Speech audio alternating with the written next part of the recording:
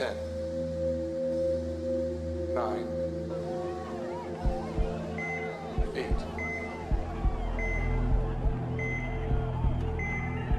So the Lord God caused the man to fall into a deep sleep. And while he was sleeping, he took one of the man's ribs and then closed up the place with flesh. 7, 6, 5, 4. I was born a male. I started living as a female when I was 19 years old, had a sex change when I was 30 years old. I've now been living as a woman for 28 years, and I fully regret this. Nobody can change genders. It's impossible. It's delusional. It's a mental illness. Then the Lord God made a woman from the rib he had taken out of the man, and he brought her to the man. Once I finally had the surgery, I went, oh, this was the wrong thing to do. It was the wrong thing to do to cut off my male anatomy. The man said, "This is now bone of my bones and flesh of my flesh. She shall be called woman, for she was taken out of man. That is why a man leaves his father and mother and is united to his wife, and they become one flesh." The fact of the matter is that 40% of people who are attempting suicide are people who regret ever changing genders. Lift off, Falcon 9. Vehicles clear to tower.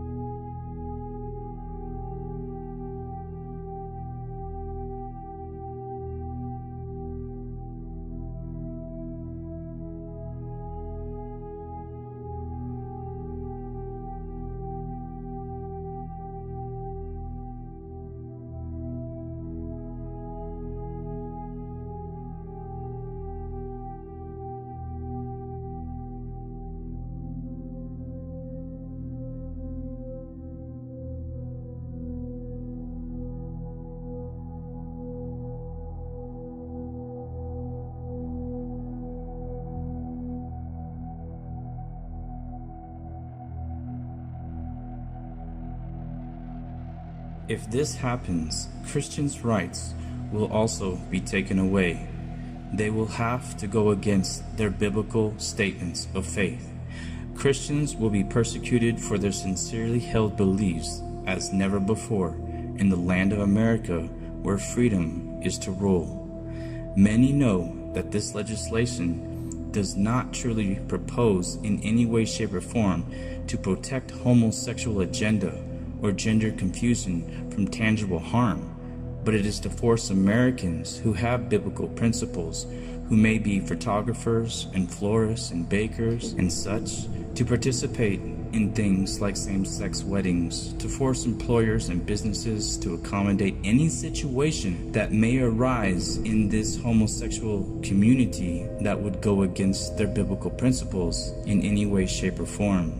America is truly changing into the system of the Antichrist. Truly, the world is becoming what the mother of harlots, modern-day Babylon, has always wanted it to become for these last days, just before the Son of God will return. Confused. This land is becoming so confused that they don't know what they are. China is telling the U.S. to stop meddling in its domestic affairs. This comes after a top State Department official referred to Beijing as a, quote, thuggish regime. Here's exactly what that State Department spokeswoman said. I don't think that leaking an American diplomat's private information, pictures, names of their children, I don't think that that's a formal protest. That is what a thuggish regime would do. That's not how a responsible nation would behave. Now, this isn't uncommon. U.S. politicians and corporate-owned media often tell the public that their acts of war are motivated by a desire to protect people from evil regimes or brutal dictators. But guess what? The United States provides military assistance to over 70% of dictatorships on Earth. That's by the U.S.'s own qualifications of what constitutes a dictatorship. So if it's not the innate desire to counter dictatorial regimes or a fundamental love for democracy or freedom, what is behind all this anti-China rhetoric? For nation shall rise against nation and kingdom against kingdom. On Wednesday, August 7th, the U.S. Navy's Ronald Reagan carrier Strike Group 5 made port in Manila after sailing through the South China Sea in what has been seen as a message from the U.S. to Beijing.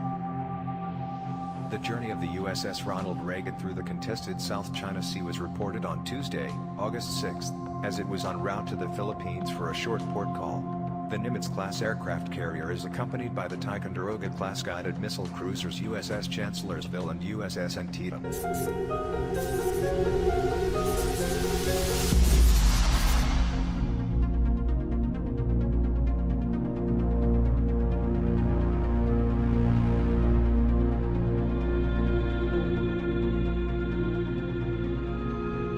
The U.S. Army's major Pacific area exercise in 2020 will focus on China-based scenarios in the South and possibly East China Seas. The commander of U.S. Army forces in the Pacific, General Robert Brown, explained the outlines of the 2020 Defender Pacific exercise at a conference in March.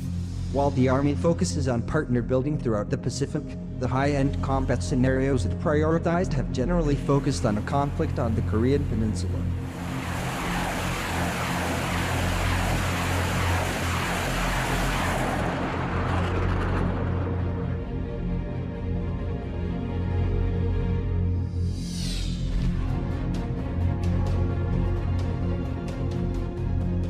The exercise will deploy a division-sized force to the South China Sea to augment Army forces already stationed forward in the Western Pacific and operate in traditional U.S. partner nations like the Philippines and Thailand, but also may go to Malaysia, Indonesia, and Brunei.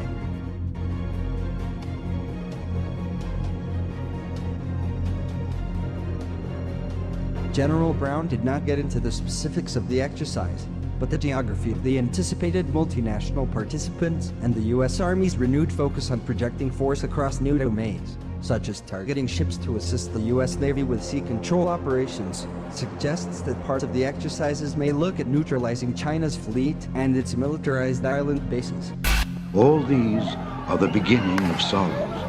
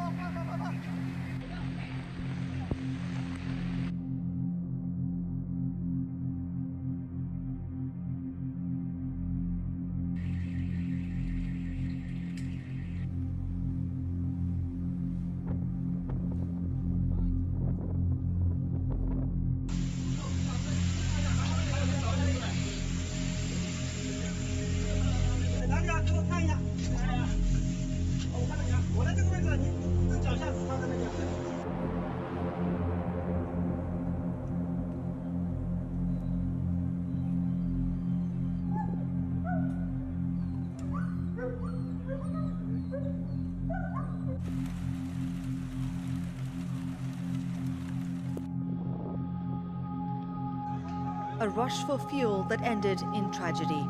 A fuel tanker had been heading from Dar es Salaam to Tanzania's capital, Dodoma, when it overturned close to a bus stop in the town of Morogoro. People came to take what they could. But then, disaster. Emergency workers tried to help those caught in the flames. For some, it was too late. Get out of there! Get out of there! People are burning. They say the fire truck is on the way. This is a big fire accident. People are burning alive. Dozens of people were killed. According to local media, most had come on motorbikes. It all happened so abruptly. I heard an explosion, then saw motorcycle riders running, trying to save themselves. I ran away and fell on my knees in the commotion, so I ran over there, but before I took off, people were fetching oil, others water. They didn't know what is what. The Tanzanian police say they've launched an investigation. Unfortunately, fire broke out and burned a lot of people. More than 57 people lost their lives. The bodies that we have recovered have been taken to the hospital. As rescue operations continue, we'll try to determine the identity of those who perished. Dozens of people are in intensive care, and there are fears there'll be more who don't survive. Rahila Mohammed, Al Jazeera.